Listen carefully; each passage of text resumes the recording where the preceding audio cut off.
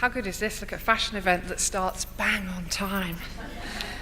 Before we start, I am just going to let everyone know that this event is being live streamed and recorded, and it's going to be available online in a couple of weeks' time. So there's been a lot of flu around. Anyone that needs a bit of a cough, move, splutter, phones off or on silent, please, and then we'll start. Just that final check. So good evening and welcome. I'm Professor Susie Vaughn, and I am the Deputy Vice-Chancellor of Learning and Teaching at the Queensland University of Technology. My background is fashion, for anyone who doesn't know me and wonders what on earth I'm doing here in that role, introducing tonight's talk, although there are a lot of familiar faces in the audience, which is really nice. I do want to welcome you here to the State Library of Queensland and tonight's Mercedes-Benz Fashion Festival lecturer on luxury and fashion. I would like to acknowledge the traditional owners of this land, the Turrbal people, and pay respects to their ancestors that came before them. The location of the State Library on Kurilpa Point was historically a significant meeting, gathering, and sharing place for Aboriginal people, and we proudly continue that tradition here today. Now, my job is to welcome you and to introduce the panel and the speakers.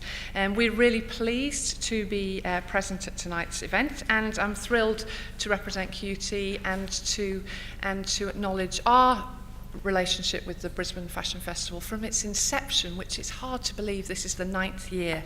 And I think I'm on the record as saying to Lindsay, and I'm certainly going to be on the record now, aren't I, that we're very much committed to supporting the Fashion Festival next year and to expanding these sorts of programmes further to mark the 10th anniversary of the festival. So tonight we have a wonderful panel of experts to discuss the concept of luxury with Dr Nadia Buick, and I'm going to just introduce Nadia and then the panel members for you. Nadia is a fashion curator with a doctorate from QUT. She co-directs an online project called the Fashion Archives, which was recently awarded the inaugural Queensland Business Leaders Hall of Fame Fellowship.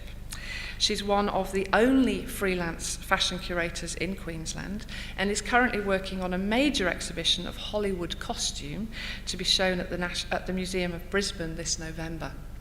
Nadia is on the advisory panel of MBFF and has been curating cultural events for the festival since 2009.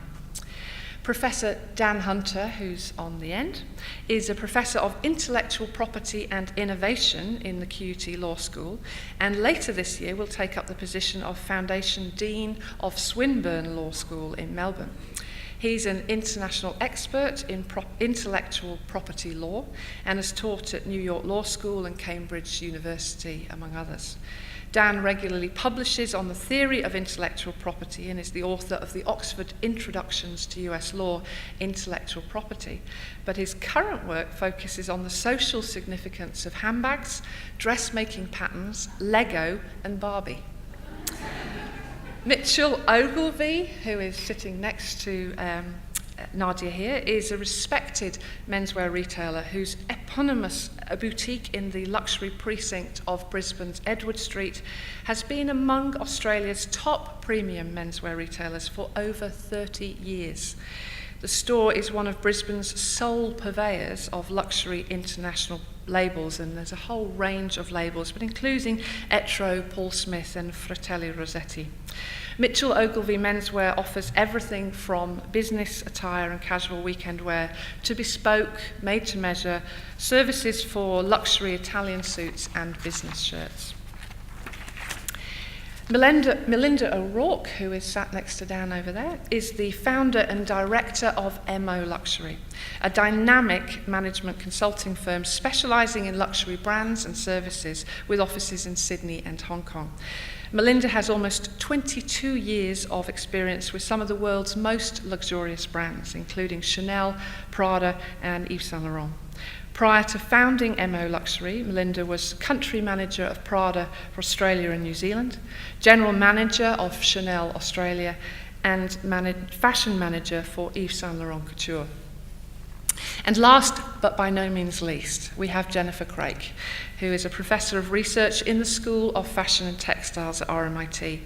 Jennifer has an extraordinary national and international reputation based on extensive research and publications experience in the interdisciplinary studies of fashion, tourism, arts and cultural policy, media and cultural studies, and popular culture.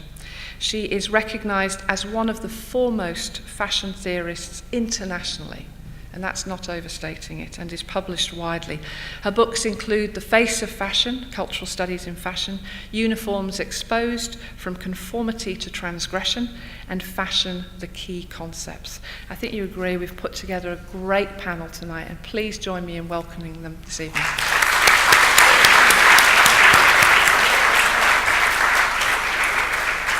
Thank you, Susie. Thank you, everyone, for being here for the Fashion Festival lecture. And tonight we're speaking about luxury and fashion. And to begin with, I just want to talk you through a couple of the strains of thought that I had when I was coming up with the topic for this year's lecture. And luxury certainly isn't a new topic, but I personally feel in the past couple of years like the word luxury just seems to be cropping up everywhere, whether it's on a magazine cover, a travel blog, a car, wine, a watch ad. It seems to be just all over the place. And if you Google the word luxury, most of the results that come up seem to be around real estate, travel, accommodation. And so I suppose it really reinforces this idea of leisure, which perhaps is something that we feel like we have less and less time for. But I suppose, what about luxury fashion? And the growth of luxury fashion brands has become big global business. And here in Brisbane, in recent years, we've witnessed a wave of luxury international brands coming to our city, including Chanel, Gucci, Hermes, Louis Vuitton. We know that we've got Cartier, Burberry and Bulgari opening their doors very soon. So tonight we're going to discuss the rise of luxury fashion, what it means, and how we relate to it in contemporary culture. So to begin with, I want to talk really about the local context in Australia. And in a country where down-to-earth egalitarianism is supposedly enmeshed in our national identity, why do very elite luxury goods seem to be holding more and more appeal for us? Shall I answer this one?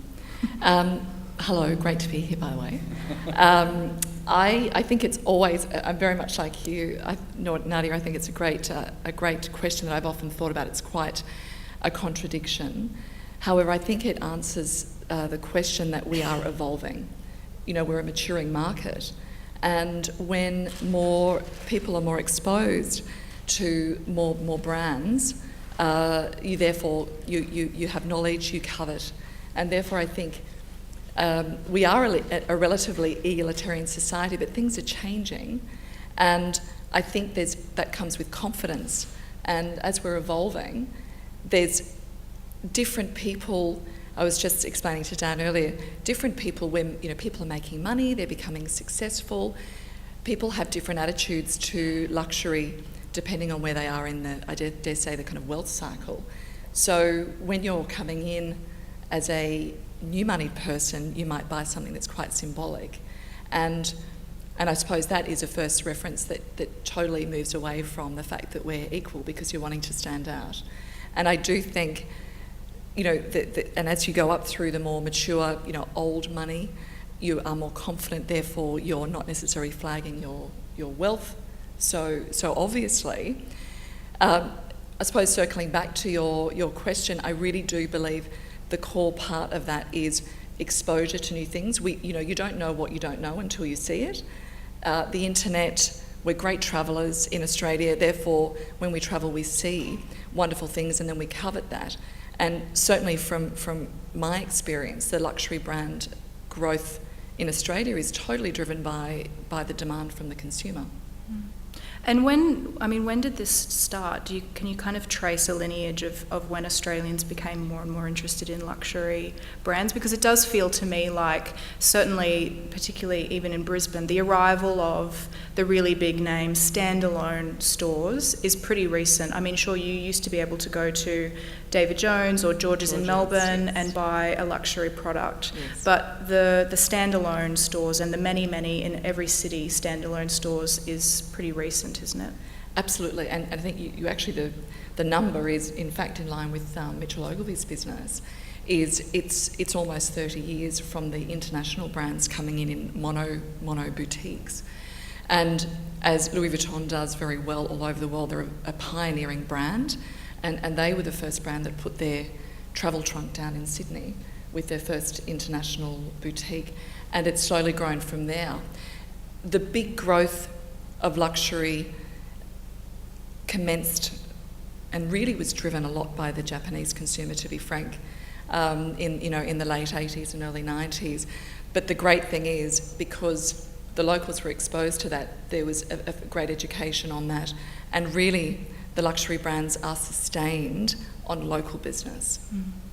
I mean, that's a very nice comfort for us to know that the tourists are actually purchasing luxury, but the lion's share of the consumer is locally based.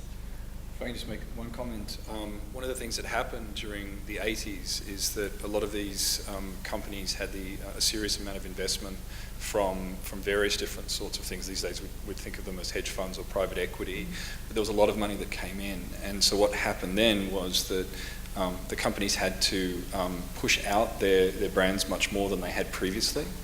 So smaller companies all of a sudden became much, much larger. They had to have a much larger retail presence because otherwise they simply couldn't meet the market, which was demanded by the investors. And so what that meant was there was a really large-scale commercialization of luxury from about the 80s and 90s onwards, and a lot of it was driven by investment concerns rather than sort of the concerns of retail or the interest of marketers, though of course they had those interests.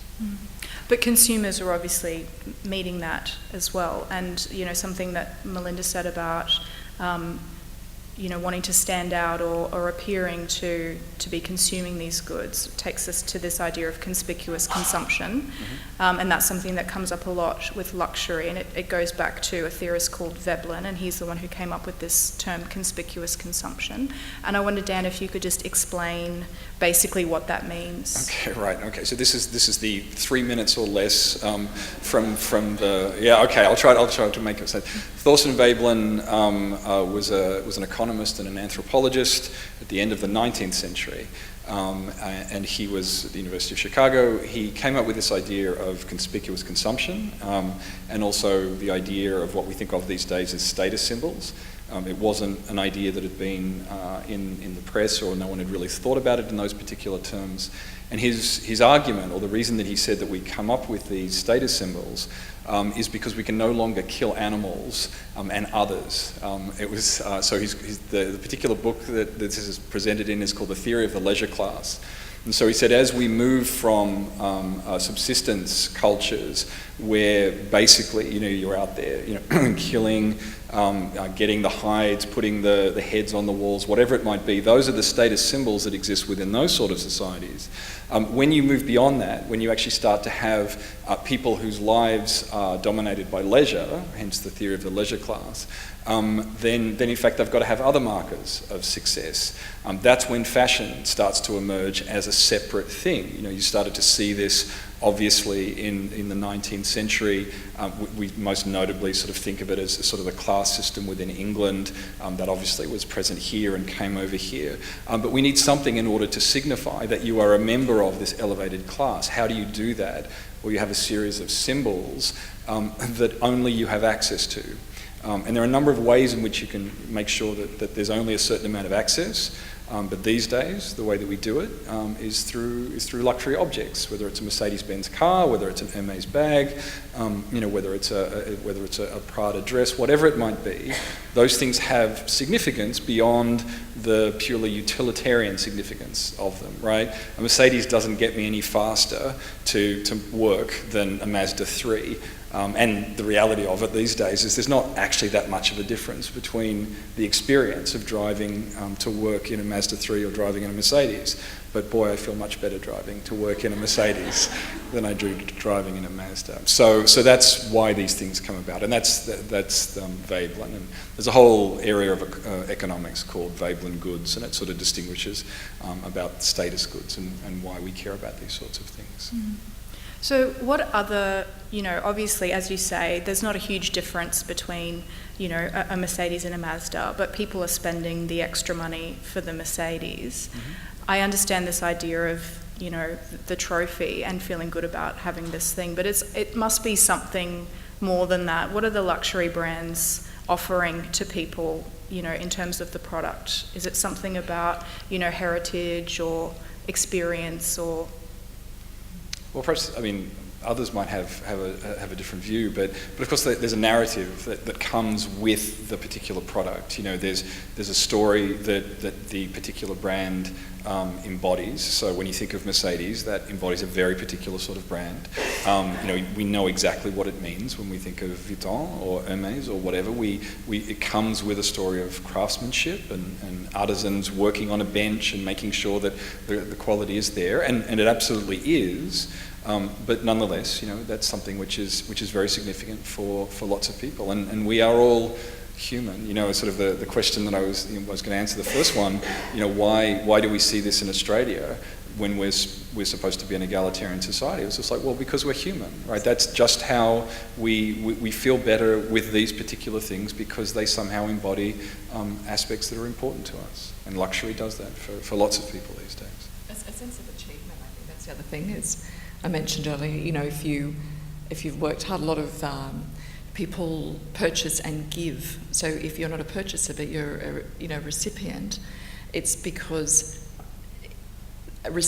someone giving that gift knows that person is going to receive it as such a treasured gift because of the status of it, the luxury. So there's a whole, again, it's because of the storytelling that goes on, and that's a really, really, really huge and important part of what the luxury brands continue to perpetuate at every touch point. Whether it's the marketing, whether it's the in-boutique experience, whether it's the online experience, etc. That's where I suppose the cycle continues, because, as Dan said, at the end of the day, no one needs a luxury item, but it's a want. Does that reinforce what you were going to say as well? I was going to say in the luxury area, to me, they do deliver something over and above what the Mazda might be, and I say in menswear, for example, if you deal with the top suppliers in the world, they go to the top growers in the world that grow the best cottons or produce the best wools or whatever it is. So they start from the source and buy the best of the best at the raw source, and then the artisans create something absolutely special. And if you said so it may only be 10% better than the other car or the Mazda, but I think it's that 10% that in the luxury area people want and strive for that extra. What is that extra? It's the visual that they see, the best leather's being used in the handbags, and then it's the feeling they get of luxury when they wear it and how good they feel in themselves.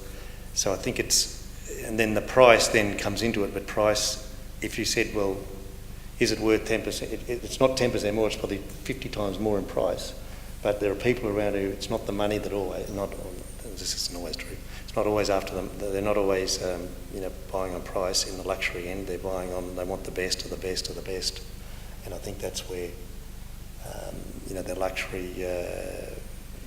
People pay for the quality of luxury items. It's a comfort in some ways, that all that's behind the brand that you're purchasing. Yeah. So, I know sometimes you don't want to use the word investment, but there is an investment that a lot of people psychologically think about when purchasing a luxury item. Well, I think the word investment gets used increasingly. Something that I've observed, sort of looking at, the rise of the museum exhibition, the rise of the archive, and also, luxury handbags are taking up more and more space on the auction floor and are kind of really talked about as very, very good investment pieces. And so I wonder if, sure, there's an element of people buying it because it's personal and it's an experience, but is it also this idea that this is actually a good investment for people to make? It's about money. I think there'd be certain things, for example, the handbags, the Hermes handbags, they're supposedly online for more than you can buy them in the shops. And I'd imagine investment, diamond rings or absolute luxury, the best quality jewellery would be certainly an investment. and art, but unfortunately in menswear, once they've worn it... What about watches? Yeah, watches, you're right, because watches can be handed down, they're investment, but yeah. So the investment isn't on multiple levels then. It's not just kind of a financial investment, but belonging to a community that regards a particular brand as being kind of important. The status thing, the heritage thing, there's a whole series of investments that are being made in terms of acquiring luxury goods. And I think as lifestyle takes over from kind of class and status, then luxury much more easily and much more fluidly fits into different ideas about lifestyle, which are increasingly kind of forming the framework of how we're living. And you can see that in all kinds of advertising, from real estate to watches, to ties, to motor cars, etc. I mean, I think it's interesting that the word investment's used, right? That's a relatively recent thing. Oh, this is an investment.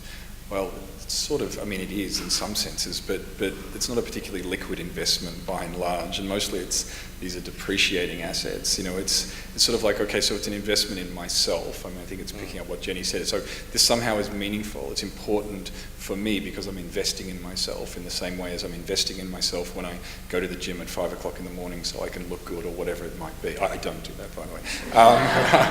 Don't look good. But it's interesting. I mean, I think that the construction of the idea of luxury in our society it's a relatively recent phenomenon, and you know, the only thing that I really can, not the only thing I can write, the most admirable, amazing thing of the marketing departments of these companies is that we've absolutely bought it. That's not to criticise them, but we absolutely understand this idea of luxury as somehow constitutive of ourselves within society. It's extremely important to us now, and that's a pretty new thing. I think, or just adding on, Dan, to your comment about investment, it's a relatively new thing. I also think for consumers, it helps to justify, you know, why. It makes you feel better. Oh, you know, because I know it's got the history behind it. You know, it's a rare and exotic raw material. It's been made by an artisan, therefore it is absolutely worth it, therefore I can justify the purchase of it. So it goes back to the marketing and the stories that help people feel comfortable purchasing. Yeah. It also helps that men are terrible shoppers. No, I spent better. Well, actually, it's growing. Well, no, I spent many hours interviewing women about their handbags, and often, you know, in fact, more than 50% of the time, much more than 50% of the time, the bags were bought for them, and so it's easy for a guy who's got no idea about women's fashion to purchase the brand. You know, it's like that's what's an investment, and she knows exactly how much it costs, and therefore, you know, it's a signifier of how much I love her that I bought her a $3,000 bag. Right? So it's true. I wonder if it's also, you know, if fashion is about change, and we feel like, you know, with the rise of fast fashion, fashion is going quicker all the time and is more disposable. If the luxury items are about quality and permanence and authenticity, if this is actually a way for people to kind of bypass the challenges and the rapidness of fashion and tap into something else, tap into something that, you know, comes up a lot, and it's this idea of style, which is something quite different. It's something that's very kind of fetishized in a way, this idea of style. There's always a Chanel quote or something floating around about this idea of style. So are these luxury items a way for people to kind of step out of the rampant fashion system in a way? Well, it would be if they only bought one luxury item, but given that they tend to buy many luxury items and many handbags by Chanel or whoever, it suggests that they're not such a permanent kind of investment at all. So there's much more kind of like a repetition, almost an incentive to keep on actually making those same kinds of statements. Because in fact, luxury is really quite old, and if you look at the whole system of royalty and aristocracy, luxury and the whole way in which royalty aristocracy operated was all around the trading of what were then regarded as luxurious goods. And it's in many ways the conspicuous consumption thing comes when you've got the democratisation and the lesser power of kind of royalty and aristocracy, even though they're still with us. And actually this is a new form of actually trading goods, creating status, building heritage, identifying new forms of aesthetics in this kind of more sort of, it's not quite popular or even egalitarian, but a new kind of class-based society, which in turn has been kind of replaced by lifestyle-based kinds of status and wealth. Which, as you say, is quite perfect for luxury, because lifestyle and luxury seem to have kind of come together in this, marketing kind of bubble where it's this total image, where to have this lifestyle, which is, as you say, kind of replace class in a way, we have to have these indicators of a certain lifestyle, the luxury product. Yes, absolutely. And I think the marketing of watches is one absolutely kind of classic example of just how watches are pitching to very specific kinds of lifestyle segments in a way that's completely unnecessary. We all have mobile phones, so we actually don't need to have the watch on our list at all. But the fact that you can still market luxury watches and the diversity of luxury watches suggests that we're marketing something completely different from a timekeeper. Yes.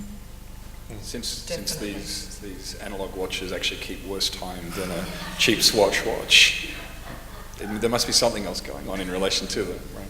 But then it goes back to being involved in the product. Yeah, of course, because, absolutely. a lot, they're automatic and they've got time reserves and all that type of thing. So you become involved in your product rather than just, so again, Just that's part of the involvement in that. And I think that's what the beauty and, as you said, Jenny, there's lots of stories to tell. I mean, the luxury watch business has grown incredibly. And it was 20 years ago absolutely. when the Swiss watch market Correct. was completely dying. Yes. They thought they were just about to hang up their, cogs. Yes. So not clogs. What happened? Again, it was about the story. They realised that, there was much more in, and so many of these brands had such fantastic stories, and perhaps they hadn't been actually telling the stories so much. And also the consumers, the different segments of the consumer that actually did have a genuine interest, and largely driven by the men understanding complications. And I don't want to just have something that does that. I want to understand more. I want it to be more of a, as I said, complicated, clever, match me. And also I don't want to be, I suppose with the battery watches, there was nothing really to tell about it. There was nothing you're buying into other than a very quick, easy. So I think it very quickly changed the market. And I also think that the old Swiss watch houses really rose to the challenge of again, bringing back to marketing, just really talking about why their watches are so beautiful. It actually was a really important time for them to focus on what they do best. And the industry has grown amazingly. Yeah. Well, also, what else are you going to spend your money on when you're rich, right? I mean, it's hardly surprising that we would see the rise of democratic luxury, sort of mastige, as it's sometimes called, at a time when we've got, a global capitalist system that means that there's concentrations of wealth in certain countries with certain people, right? So, how many cars are you going to buy? How many houses are you going to have? I mean, obviously lots. But with your Mazda. But right, you're not going to buy a Mazda, and at the same time, for example, if you're a guy and you've got no other mechanism of actually demonstrating that you are more important than the person next to you, what are you going to do? Well, you need an outward symbol of that, and that would be a watch, right? Because men, women will buy a beautiful handbag. Well, men don't need a handbag, but their symbol is the watch. Definitely. I think very much so. And I think, if I'm correct, and Mitchell, this is your domain, but the watch definitely symbol, but when it was going through its, 20 years ago, I think the tie was also a very strong status symbol, and obviously we're not so tie. I mean, that's changed as well, hasn't it? Yeah. Yes, actually, the tie makers of Italy are a little bit unhappy that you don't have a tie on right now. Which, Yes, I had a word from them earlier. So we're moving through that whole look, and everything's changing. Yeah. So Mitchell, let's talk a little bit about how things have changed locally in Brisbane in the time that you've been on Edward Street. Yes. But also I think in terms of menswear, really how that's changed in that time too, because it seems to me like the luxury end of menswear in Australia has changed quite a bit in that space of time.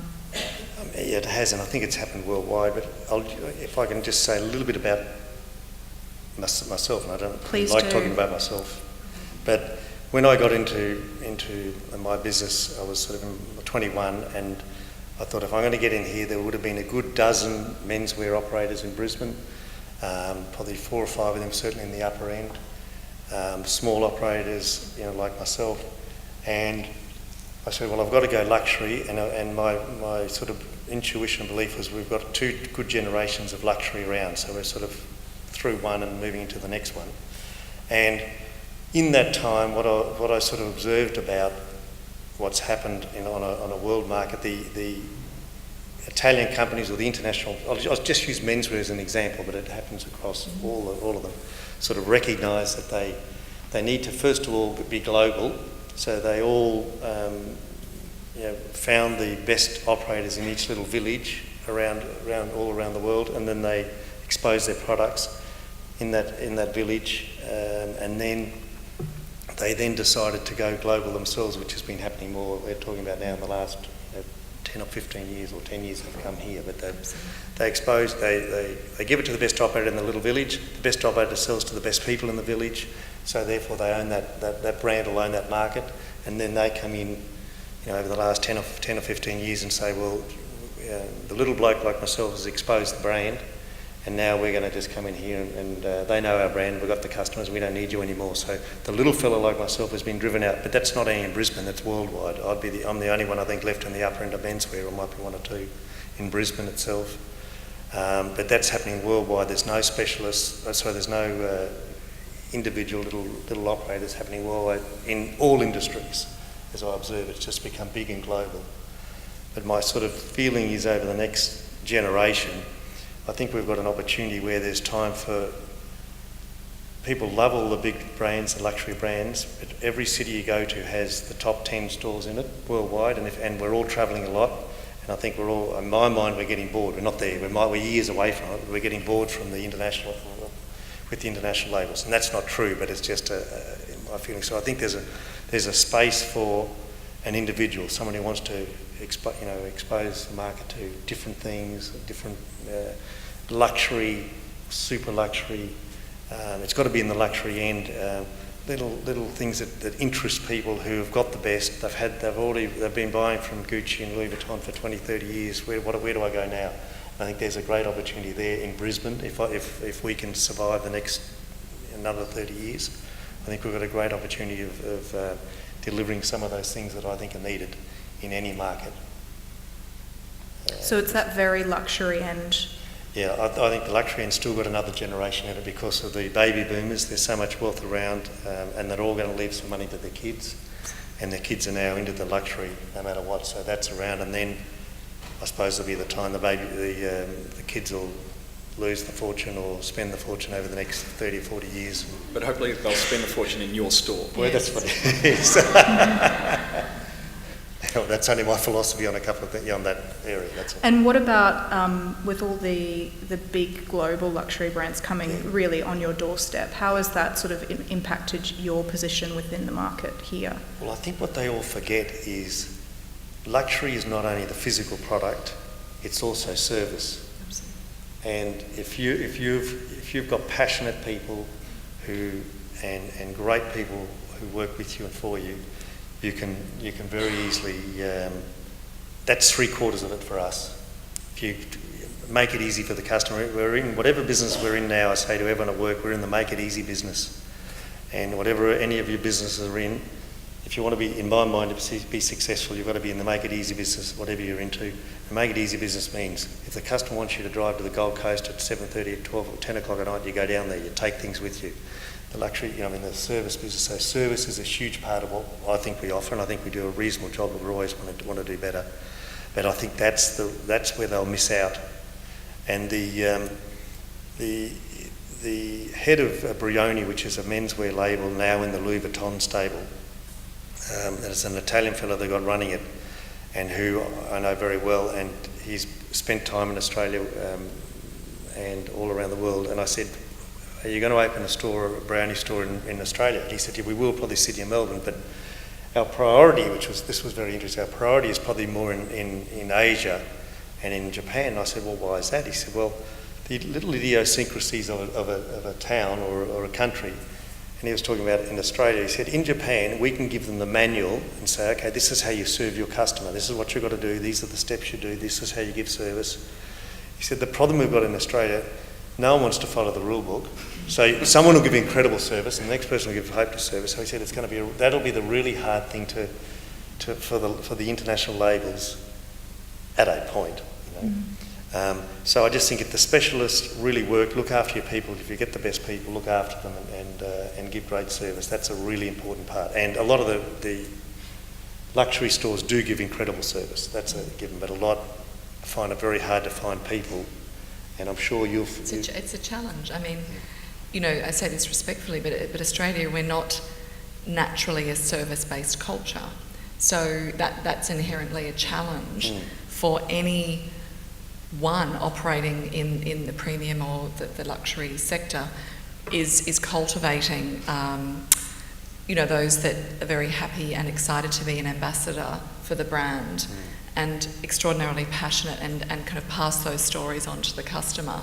You know, again, it's not part of our nature. I think we're evolving and understanding that whether you're staying in a 5-star hotel or you're going to, you know, buy an Audi R8 or whatever it might be in terms of a luxury car, that the service is part of it, and people that give great service, exactly as Mitchell said, the loyalty is rewarded, consistently. So, I mean, I certainly know from where the luxury brands sit, they have been spending so much more time and money on the training and the understanding of the importance of those relationships, cultivating the loyalty that just provides to the brand. We've been talking about, you know, service, experience, authenticity, heritage as being sort of the hallmarks of the luxury end. But something that I've noticed too is that with a lot of brands that maybe aren't quite at that level, you know, maybe someone like Oroton or Coach, they're kind of masquerading all of those things as well. They've picked up on that, and that's become part of that maybe next tier down. So what happens when you've got, you know, basically the same thing but for slightly less? What do the really luxury brands do at that point? Is that affecting them? It's look, competition. I mean, there's competition all around, and within a luxury brand, there's a range of levels that you can buy into a brand. And so, for example, whether it's Chanel or Dior, you know, you can buy in at a pair of glasses, you know, a bracelet, a tie, whatever it might be. But that also someone is absolutely passionate about buying into that brand. And there's levels. So, for example, Oroton, Michael Kors, Coach, Kate Spade, I mean, they're all doing a fantastic job. And they tend to be referred to in the industry as aspirational luxury or premium luxury. So they are, again, starting and they're telling their own stories, but they're new brands to market. I mean, Coach has got a bit of a history, but largely they're relative new brands to market. And they're embodying, as you said, a lot of those cues about, you know, the advertising, the marketing, the store environments. But again, not everybody has the want or the wherewithal financially to step into a Chanel or a Dior. So this is providing a wonderful opportunity, and there's a big segment for that brand. I think they're kind of training wheels Absolutely. for luxury. And they may move up or they may not. You know, they may stay loyal to the brand as well. But those entry-level items that you're talking about, like the sunglasses and the makeup, they're all made by the same manufacturer. It's not like a handbag where it's, you know, handmade and artisan made. It's most of them are Luxottica. There's Correct. one manufacturer who are making all of the sunglasses. So Yes. why would I buy a $500 pair of Chanel sunglasses over a $100 pair of, I don't know, Ray-Bans? Because they look fabulous. And the advertising, you know, the marketing behind it, again, you are buying into the story of Coco Chanel, the house that's been going since 1921. You are buying into that. Now, whether you think of that as a consumer as you're reaching for those Swarovski-studded double C glasses, whether you're thinking that right now, but it's the layers of all of those kind of peripheral thoughts that build up your sense of want. I want those. I want those over that because that says something to me. And also with eyewear, it's a fabulous indicator. It's a major status symbol because you've generally got the logo really close to your eyes, and what do people do when they talk to each other? They check out your face. So it's perfect. Okay, I'm just going to have to accept that I don't understand that personally. But you talked about Coco Chanel, and I think that Chanel is a really good example when we think about Western 20th century fashion. She's really the embodiment of this idea of the individual genius designer. And I want to take a moment to read a quote from you, Jennifer, from one of your books called The Face of Fashion. And you said, "One of the most noticeable characteristics of Western fashion is the investment in it as unique and different. This investment is perpetuated by the elite design system and the assumption that the creative brilliance of individual designers alone can capture the imagination of a given moment." Do you think the success of Western luxury fashion brands demonstrate this assumption of the creative brilliance of an individual still has this kind of power over us as consumers? Well, I think that's very much the case with 20th century fashion, and particularly the way in which Paris kind of created, if you like, the myth of being the centre of fashion, which in many senses it still kind of retains, even though there's many competitors now. And part of that was to actually create houses of fashion which were synonymous with the name of the designer within those houses. As the mid-20th century went on, the original designers might have died, but they were replaced by other designers, and now you have a real kind of churning of designers within all the big luxury brands and Paris houses going on. So now you've had a situation where you've gone, in a sense, from the century of the designer, as Charlotte Sealing wrote about in a book that she wrote, to, in a sense, the post-century or the new century of the brand. And in a sense, they are synonymous because the designers work for the brand then superseded the designers who died. And then now, of course, you've got the big international conglomerates kind of owning so many of these brands. Mm-hmm. There's about half a dozen, basically, big conglomerates owning, 90% of the major luxury brands. So you've now really got the century of the brand happening. But I think that's where Mitchell's point about niches comes in, yes. That a lot of it is not just about service, but also kind of niche products or niche kinds of things. And even in the fashion design kind of area, there's a lot of talk about micropreneurs, of people actually being able to carve out very small, very specialist kinds of design areas, fashion areas, market areas, lifestyle areas, and so on. So there may be some kind of counter to this whole kind of proliferation of the brands. And as Mitchell says, when you go to any mall or any airport, you see exactly the same kind of 10 big luxury places there, all very few customers in them normally.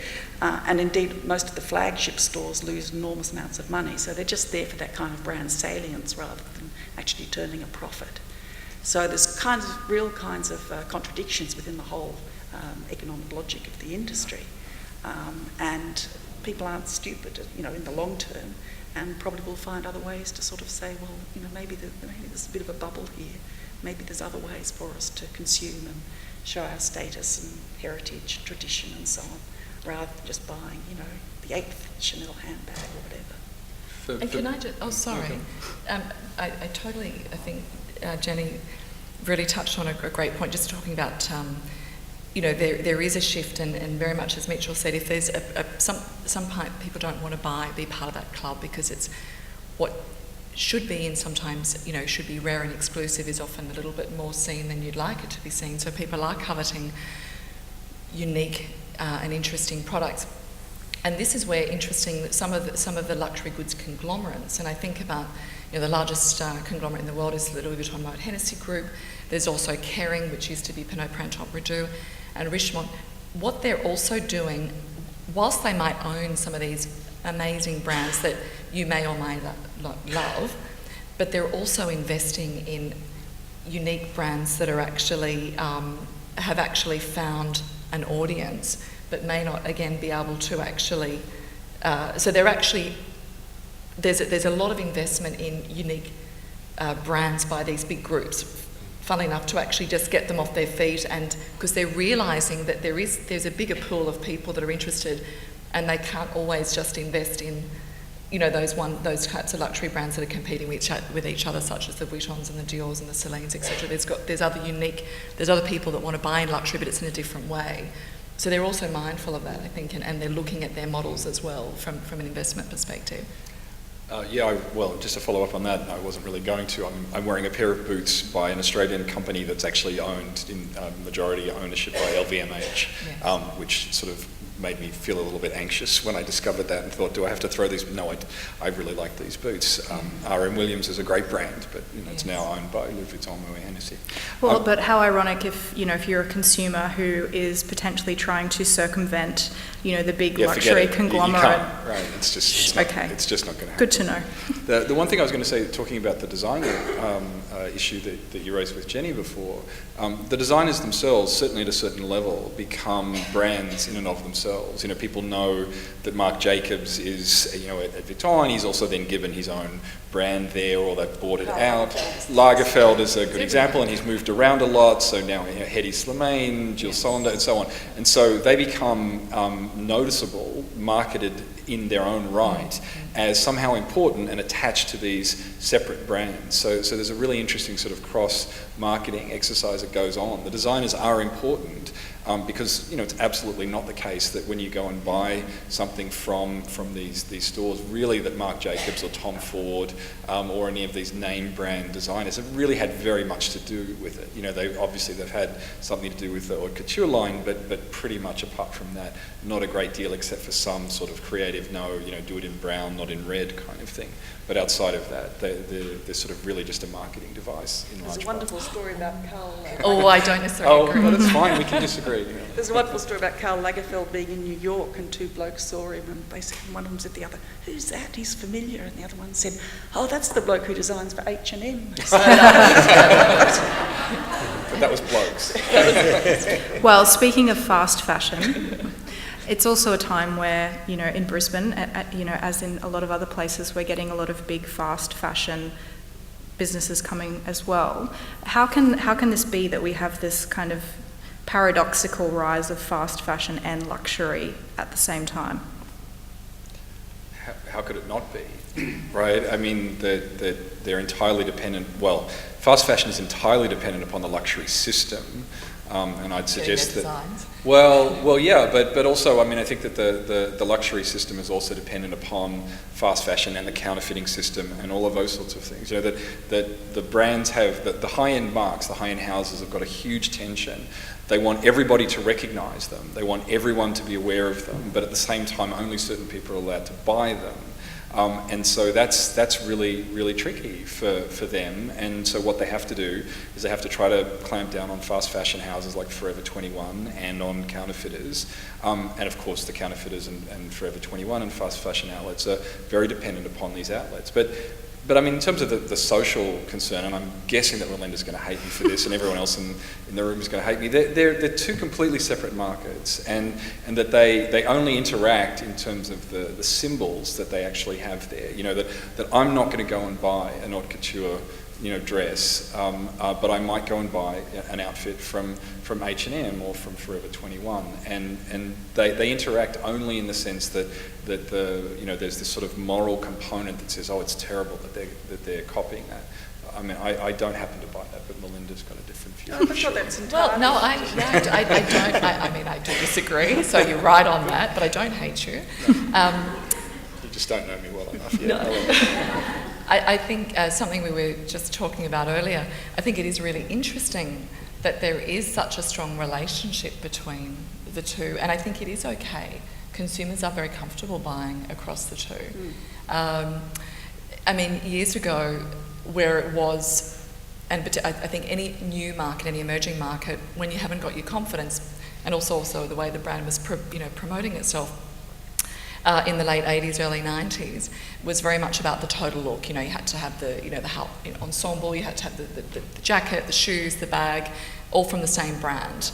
Now that, fashion has really changed, and it's so much where we are as consumers much more confident to be more individual, and therefore that's why these luxury brands, I think, the high street brands are really complementing a lot of that So it may be that you have the fabulous, Hermes bag or the fabulous Dior, but you can get away with a great pair of, check stripes from H&M and a T-shirt from Gap. I mean, that's the perfect kind of democratisation of luxury in a way. And I think that also says confidence.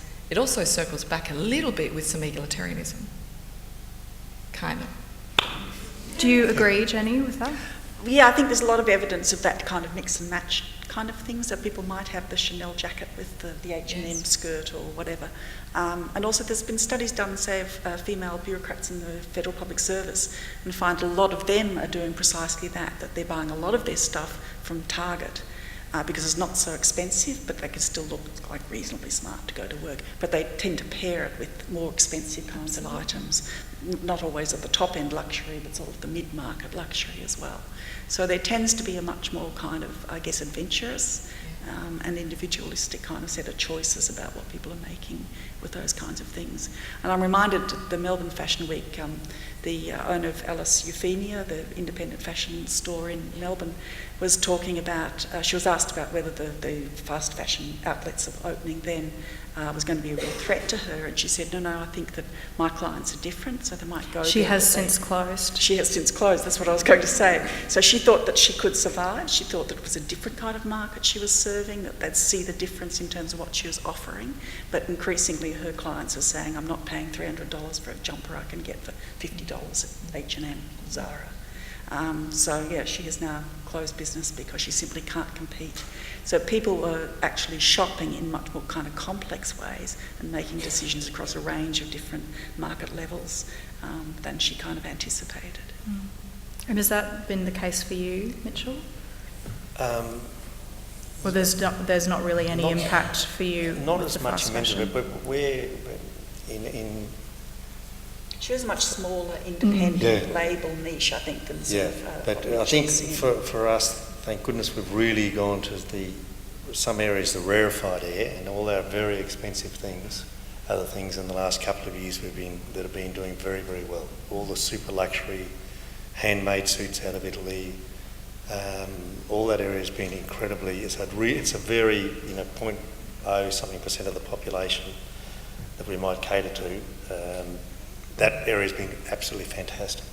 But anything middle market for us, which would be upper end for somebody else, has been disastrous. Not disastrous, but certainly very difficult. Weaker. Yeah, a lot weaker.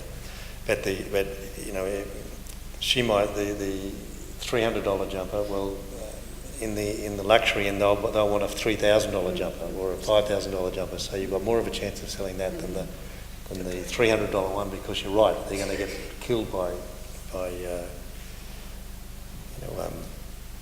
H&M or Zara. Yeah. And is that something that you've observed too, Melinda, that it's the middle kind of market that's really been affected? Yeah. I think absolutely. It's a very crowded market, super competition. So it's the ones that are really standing out and the luxury stands out because of the quality and the and all the different storytelling and the environments and all that type of thing. And then the same way as the fast fashion, they're fun, they're energetic, they're accessible, and they're easy kind of decisions in a way to go down there, up there. This is almost a bit too complicated. It's and certainly department stores internationally have found that it's the middle market that's really collapsed. And in Australia we've seen that with Myer and David Jones. Dan, I wanted to talk to you a little bit more. You mentioned before that you'd had, a lot of sort of interviews, personal conversations with women about their handbags. Thank you. How many of them were toting a counterfeit handbag? That they would tell me they were toting a counterfeit handbag. Were there many who were that you knew and they didn't tell you? Oh, well, I got very good at spotting counterfeit handbags. A number, right? I mean, like every woman who's wearing a bag, had a particular different story about that bag. Some of which were real and some of which were counterfeit. Some really interesting ones were. A couple of women said that they bought counterfeits because they bought them for themselves. They really liked the style, but they didn't think that they were worth it, actually, which was a really interesting kind of because they were spending the money on themselves. On themselves, right? One woman was really ticked off because her husband had given her a counterfeit. She wasn't crazy about that. A couple of them had some experiences where they had the authentic bag at home, but they were wearing a knockoff because they just really couldn't see themselves taking out a $5,000 bag out into that particular part of town. In New York or whatever, and so they would wear a knockoff. So there were lots and lots of different stories, and everyone had a very particular take on why they would have a knockoff or why they would have a particular bag, and it was a fascinating study in consumer psychology, actually. Right.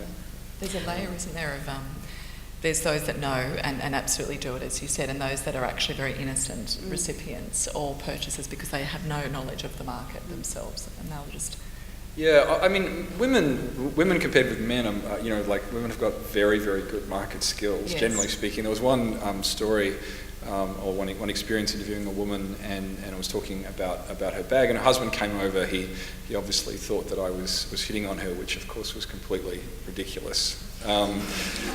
Anyway, and he came over and he got interested in the fact that I was talking to her about handbags, and she was talking about a buying trip that she'd gone with. She was from the Midwest in the States, and this was she'd gone with her mother to Canal Street, and her mother-in-law. That's right. It was the husband's mother, and so they'd gone shopping down Canal Street and buying all sorts of knockoff bags. Canal Street in New York, obviously, if you probably know it, is the place where you get all of the knockoffs for $50 bags, and you take it into the downstairs area in Chinatown, or for a short period there were these blacked out Econoline vans in Canal Street, which was hilarious because that way they couldn't get caught by the police. Anyway, so she was talking about this trip that they took, and then the husband said, "Oh yeah, that was when I was there, and that guy offered me that real Rolex for $200."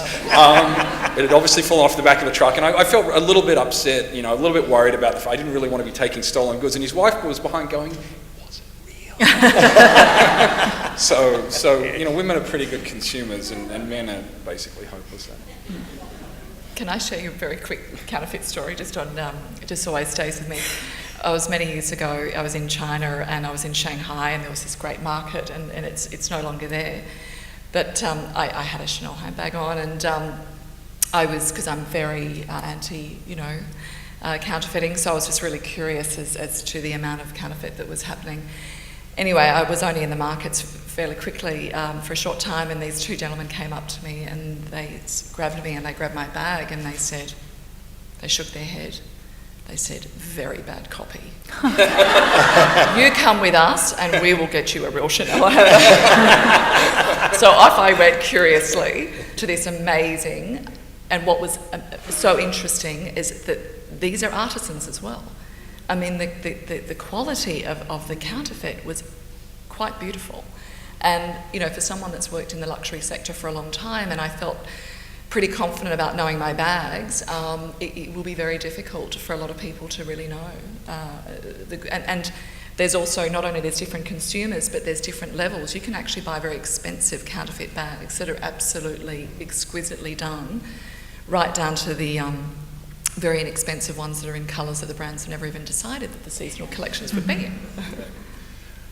Sorry.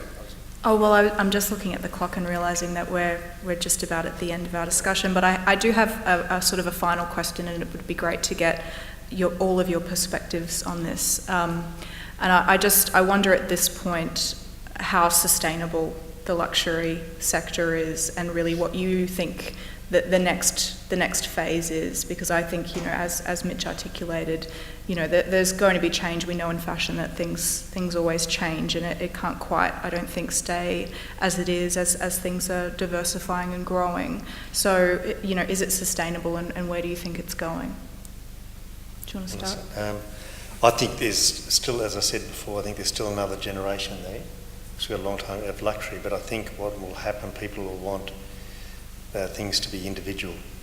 They want, and that's where this made-to-measure is coming in. It's been going for quite a long time, where people are made-to-measure. They want luxury, but they want it made for themselves. And I think that's the next era, rather than just have something that everyone can buy. And so I think it's certainly got some legs. But the made-to-measure is going to be a very important part of the continuation of luxury. What do you think, Jane? Well, I think it's a very complex and contradictory story with all kinds of layers. But yesterday I was talking to my fashion design students who are all about to graduate, and they talk all the time about sustainability and eco-fashion and so on and so forth. Good. And then I asked them how much they spend on fashion and how often they buy fashion. And the results seem to be entirely contradictory with this commitment to sustainability. So I think even with those who are kind of going to be entering the industry in some respect, there's a lot of issues that are really totally unresolved. So yes, I mean, Mitchell's probably right. There's another at least generation to go. And I think luxury goods are always going to be coveted. It doesn't matter in what system they operate. But I think the consumer kind of steamroller is really setting a lot of very contradictory kinds of messages as well.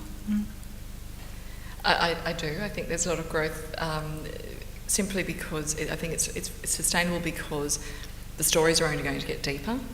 And then also the luxury brands are also creating new layers within their own of product. You know, Vuitton is a perfect example where they've realised that a lot of people, yes, love their brands, but the monograms, I need to actually create a different level within my own brand to keep my customer loyal. And the other thing which I think is really interesting is it's other products.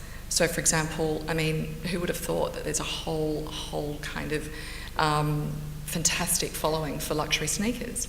You know, so I think there's just different products, and the brands are also identifying that, again, it's not just the formal attire. There's other things that people are wanting in their everyday that still can also be beautiful and luxury, and it's up to them to create a lot of those things. So, and I also think menswear is a really big growth opportunity. I mean, the men's market is really kind of relatively junior, and that's going to provide a lot of growth sustainability for the luxury sector.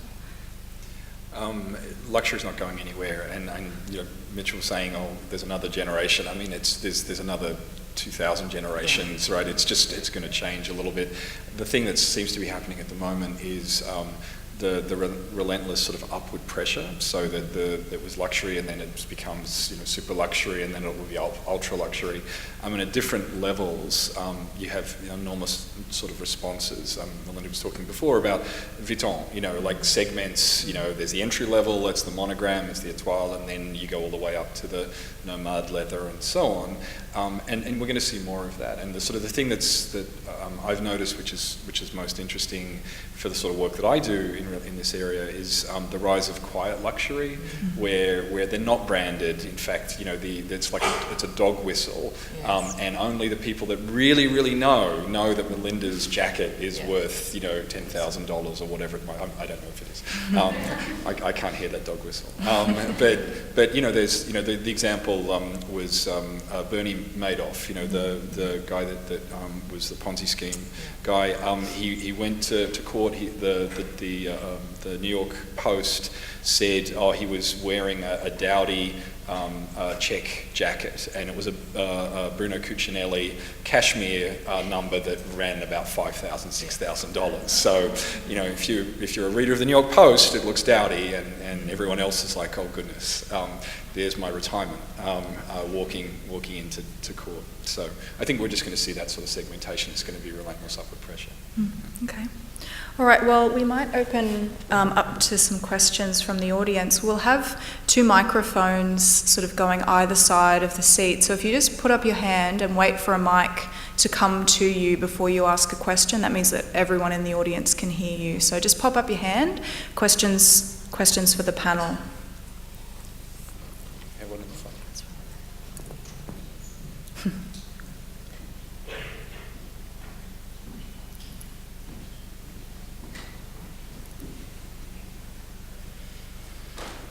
Hi, thanks for a really great discussion. I'm just wondering, you know, suburban mums and dads have their Mercedes and their Chanel handbags.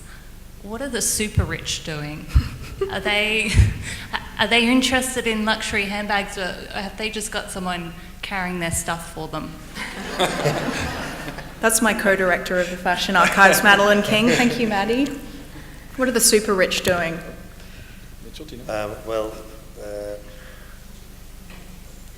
I don't want to say too much, Vic, but the Coco Chanel jacket. If you want one of those expensive jackets, we've got them. We sell them.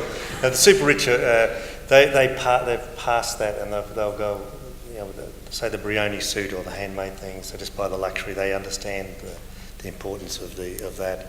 So there's that the super rich. If they're going to buy an Hermes bag, they'll buy the crocodile. Correct. And if they're going to buy a diamond ring, they're going to buy the best quality diamond ring that's around. If they're going to, they've sort of passed that stage. They need to be showy, and they've moved into another phase.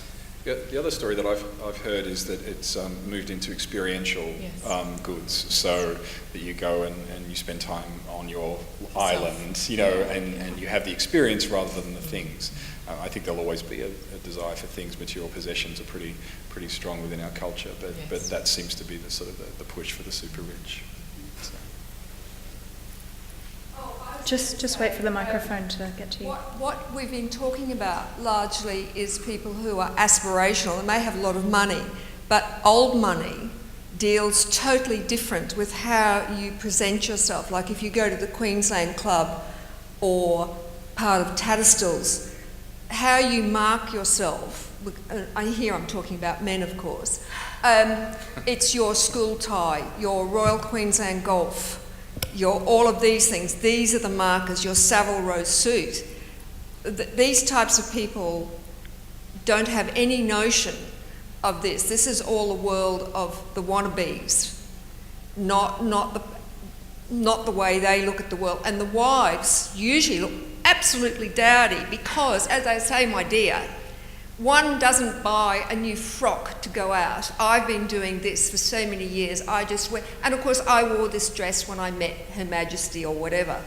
And there are a lot of these people, but of course they stay in their social position because they keep it secret in their clubs, in their private homes, on their yachts. They most certainly don't flaunt it walking down Queen Street, and that's also another interesting market, although of course Mitchell, you would see perhaps the younger members of that group. So they're very interesting because these people, you don't penetrate them, I don't think, at all. Do you have a question? Oh no, sorry. I think Do you want to get how? Because a lot of these people have loads of money. I mean, how are you going to, if you're in the business of selling luxury, how do you tap into that market? Well, can I just say something? A lot of people have a lot of money, but a lot of people aren't interested in fashion or luxury. Yeah, absolutely. So it's only if they're interested in that that will we see them. And a lot of people in the places you mentioned, they couldn't care less what they wore. And there are a lot of people with a lot of money that have no interest in luxury. We're sort of mainly talking about the ones that are interested. And I think just adding on to that comment that Mitchell made also, and going back to Nadia's question about an egalitarian society, Australia is also, because we're a very big landmass and houses, we all want the house. So a big house. The house, the car, the boat, or whatever it might be, and then the holiday house and what have you. So the luxury brands are there's a lot of competition to fight for that money, and you may be extremely wealthy, but again, you have no interest because you prefer to spend it on your yacht, on your outdoors and what have you. So there's just layers in our society. Other questions? Hi, I'm just wondering how luxury brands are navigating the whole online sphere, because so much of it is really about it being handmade and of the artisans, and a luxury, tactile, sensual element to it, which often doesn't really translate well to an online retailing environment. So I'd just be interested to hear your comments there. Great question. Should I answer that one? Yeah, great challenge. And for those that follow luxury brands, you'll note that they've been super slow to market, super slow to online. And reason being is exactly that. It's a very emotional business. It's a very tactile business, as you say. I mean, how do you smell the leather online? You can't. However, they've also understood that it's part of the evolution and the kind of growing, the groundswell of the new consumer, millennials, Generation Y, etc. This is where these are the new customers for these brands, so they need to understand what is going to resonate with them. And that's why they've taken a long time, because everything about the luxury brands is about heritage and longevity. So, and I have an interesting, talking about Karl Lagerfeld many years ago, I was in a meeting and he was like, the World Wide Web, how long is that going to last? You know, I mean, that is a long time ago. But the reality is they were very cautious because everything they do is, it's there for the long term. So then they understood the medium and now they've actually done some beautiful work. And I really truly believe most of the luxury brands have such sensational sites, but what they're also doing is providing you with information and storytelling, and you still may decide to purchase in store, which is wonderful, but you also have the option, and I think the online is providing the convenience and the access to those who have not had it. The one thing that I would say, it's really, you have to understand the entire luxury system to work out why the website works or why the stores work. I mean, Jenny's comment before was really interesting about every single store of these large-scale stores that are here in the luxury district in Brisbane or any given city lose money. Right? And when you walk past, unless you happen to be in Singapore or certain parts of China, there is not a line out the door, right? People are not purchasing. So these things are costing millions of dollars a year, and they're just marketing devices. When I say, they are marketing devices. This is to make sure that people know that Vuitton and Gucci and Prada and that these things exist, they have a certain status, and that these things are important. Then, if you happen to not be near one of those stores and you go online to louisvuitton.com, you know that in fact you're going to get the authorised product and it's going to be this amount, it's going to be delivered to your door, and so that serves the particular function that you have. And so the online environment, obviously, as Melinda says, they have to make it very beautiful, they have to make it easy for you, but what's just happening at that point is that they're satisfying that desire that they've created through the entire system of marketing for you. And I think that's how the online environment works. It is, but can I also just say that... You disagree with everything I'm sorry, I know. Come on, you two, it's nearly the end. Seriously. There's always one in every crowd. They do make money. The flagships, I really need to correct that they're profitable. Mitch is backing Melinda up. I know, they're out there. They do make money. There'll be very few that don't. But you're right, and they won't close them in those areas. They won't close them if they're not making money. But a majority of them absolutely make a fortune. Yeah. Do we have one final question? Yep. I was just wondering what your take is on, for me, I've kind of noticed some of these luxury brands, whereas they used to dissociate themselves from controversial characters, now they're actively embracing and paying people to, associate themselves with, ex-criminals who maybe made it in the music industry and stuff like that, and what that marketing strategy is, because, it works for some people, but people I know have actually moved away from certain brands because of that. Great question. Yeah, I don't know.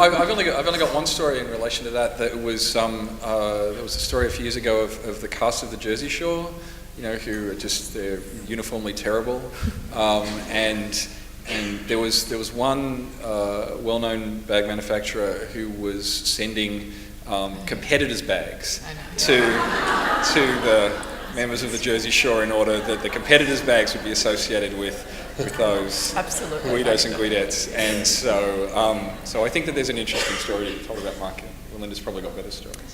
No, I think you're absolutely right. It can sometimes be quite conflicting. But I also would say it depends what brand. There is definitely different segments of consumers, and there'll be different consumers that respond to different messages. And I think it's understanding which brands have done what and what product or what market they're trying to attract. And perhaps, and this is more just my own observation, is some brands that have maybe been thought of as being a bit too pure and goody-goody, if they do something like that, it gives them a little bit of a rough edge, and that also is quite attractive. Mm-hmm. Just a thought. Okay, well, I think that about does it. We're about 15 minutes over time. So if you could just join me in thanking our wonderful panellists.